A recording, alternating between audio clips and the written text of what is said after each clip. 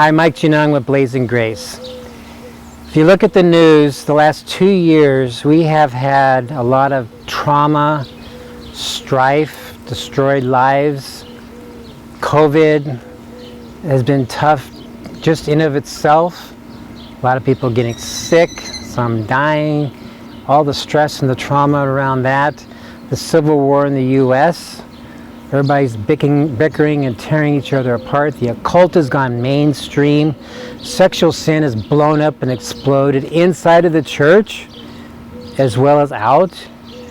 Nearly every day now there are articles with a Sunday school teacher or a pastor or somebody in a leadership position at church who is being arrested or exposed for some kind of sexual sin, child porn, or sexual abuse, or whatever it is. It's widespread right now, and then suicide is now the number 2 killer of youth.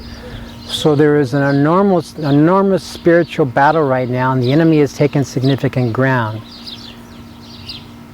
But we have a lot of opportunity right now if we're willing to set aside status quo Christianity and look at what God's Word says we should be doing. The light shines brightest in the darkness. But the status quo, the way we're doing things right now has to be set aside. What do I mean by that?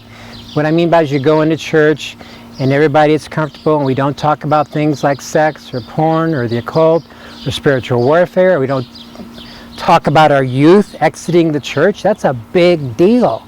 I mean, when you see the numbers that 3/4 of our youth are leaving the church, that is a big deal. So we need to talk about these things very openly and powerfully from the pulpit.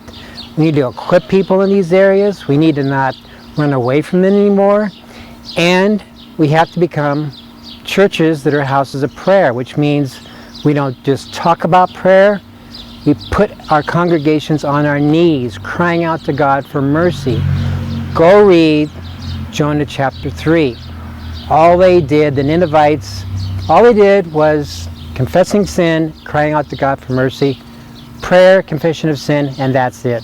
They had no churches, they had no Bibles, they had no pastors, they had no YouTube videos, no conferences, no books. They didn't even have, the Assyrian king was an unbeliever, and they gained a lot of mercy, and it was an amazing spiritual awakening. That is what our focus needs to be on right now. Confession of sin, getting a mirror and looking at the church and where it is, and frankly speaking, we're corrupt. The level of sin that is in the church right now, and you see the articles that are coming out, like I mentioned, day by day by day, we're in serious trouble, not just because of what's going outside of the church, but what's going on inside of it.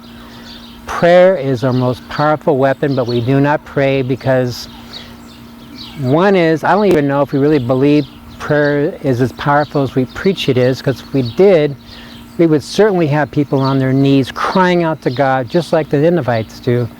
But I think, let's be honest, I think our comfort zone is our biggest hindrance to growth right now. We don't want to make people uncomfortable and talk about things like, like I said, porn or the occult. I walked into a Barnes & Noble last weekend, and they have an end cap right off the main aisle with books on how to cast spells and witchcraft and the occult. The occult has gone mainstream right now, and a lot of Christians are dabbling in this stuff. We have to open this stuff up wide, and we have to take a look at who we are and what we become, and we're not who we think we are. There must be a sense of urgency. But right now, a lot of times what I'm hearing from a lot of people is they walk out of church and they've been put to sleep because we don't have the guts to face this stuff full on. Those days are long gone, and we're continuing to lose ground every single day. So I'm going to leave you confession of sin, prayer, beseeching, fervent, shaking heavens, prayer. Shut down the worship band, temporarily set aside the pulpit, and get everybody praying through and looking at different sins. It's really easy. All you got to do is break people up into groups of 2, 3, 5, and walk through a big list of sins. So you can take weeks or a month or 2 months to do this.